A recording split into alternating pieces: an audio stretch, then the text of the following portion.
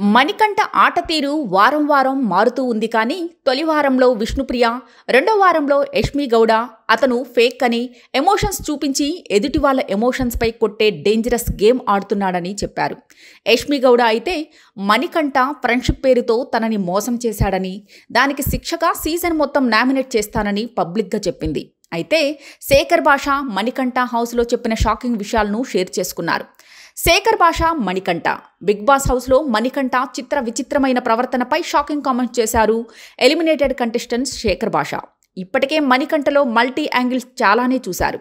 అతను హౌస్లోకి అడుగుపెట్టినప్పటి నుంచి ఇప్పటి వరకు చాలానే ట్విస్టులు ఒక్కొక్కటిగా రివీల్ అవుతున్నాయి.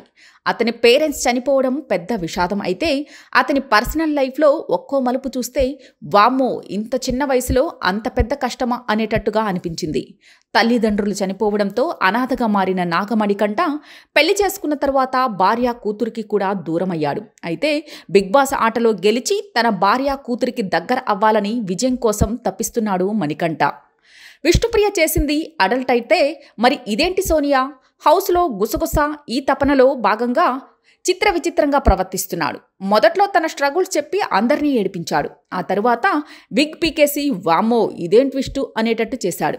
ఆ తర్వాత తన పెళ్లి వీడియోతో హాట్ టాపిక్ అయ్యాడు. ఇప్పుడైతే మనోడు హగ్ల ఉద్యమం స్టార్ట్ చేశాడు. హౌస్లో అమ్మాయిలు ఎవరిని వదిలిపెట్టడం లేదు. అంటే చాలు వెళ్ళి హగ్ ఇచ్చేస్తున్నాడు. ఆపరాబాబు అని యష్మి లాంటి వాళ్ళు తలలు బాదుకుంటున్నా సోనియా మాత్రం కమాన్ అని అడిగి మరీ ఎదురు హగ్గులు ఇవ్వడంతో మనోడు హగ్లు ముదిరి కిస్లు వరకు వెళ్ళింది. సోనియాకి అయితే క్యూటీ అంటూ కిస్ పెట్టేశాడు లైవ్ ఎపిసోడ్లో. కోరికలే గుర్రాలైతే బిగ్ బాస్లో శృతిమించిన కామకేళి. ఇదిలా ఉంటే మొదట్లో నాగమణికంఠతో బాగా క్లోజ్గా ఉండే శేఖర్ భాష మణికంఠ సెంటిమెంట్ సింపతి డ్రామాలతో ఆట ఆడాలని అనుకుంటున్నాడని, అతను శకుని అంటూ హాట్ కామెంట్ చేశాడు. తన గెలుపు కోసం సొంత వాళ్ళని సైతం చంపుకునే శకునితో పోల్చుతూ హౌస్లో నాగమణికంఠ చెప్పిన మాటల్ని గుర్తు చేస్తున్నాడు.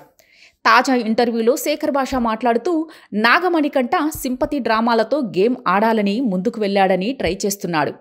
అది అతని గేమ్ స్ట్రాటజీ కావచ్చు, అది వర్కౌట్ అయింది కూడా, అందుకే అతను ఆటలో ముందుకు వెళ్తున్నాడు.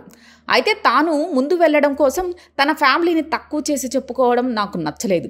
సొంత వాళ్ళ చావుని కూడా అడ్వాంటేజ్ తీసుకుంటున్నాడని అనిపించింది. నాతో హౌస్లో అతను మహాభారతంలో శకుని కథ చెప్పాడు. సొంత వాళ్ళని చంపి కూడా శకుని తన లక్ష్యాన్ని సాధించాడనేది ఆ కథలోని నీతి. మహాభారతంలో నీ ఫేవరెట్ క్యారెక్టర్ ఎవరు అంటే శకుని అని చెప్పాడు.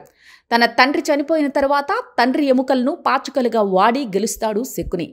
తప్పేం లేదు, తండ్రి చావుని మనం వాడుకోవచ్చు, తల్లి చావుని కూడా మనం వాడుకోవచ్చని యాటిట్యూడ్ మణికంఠలో ఉందని నాకు అనిపించింది అంటూ మణికంఠపై షాకింగ్ కామెంట్ చేశారు శేఖర్ భాష. For more updates please subscribe to vibrant.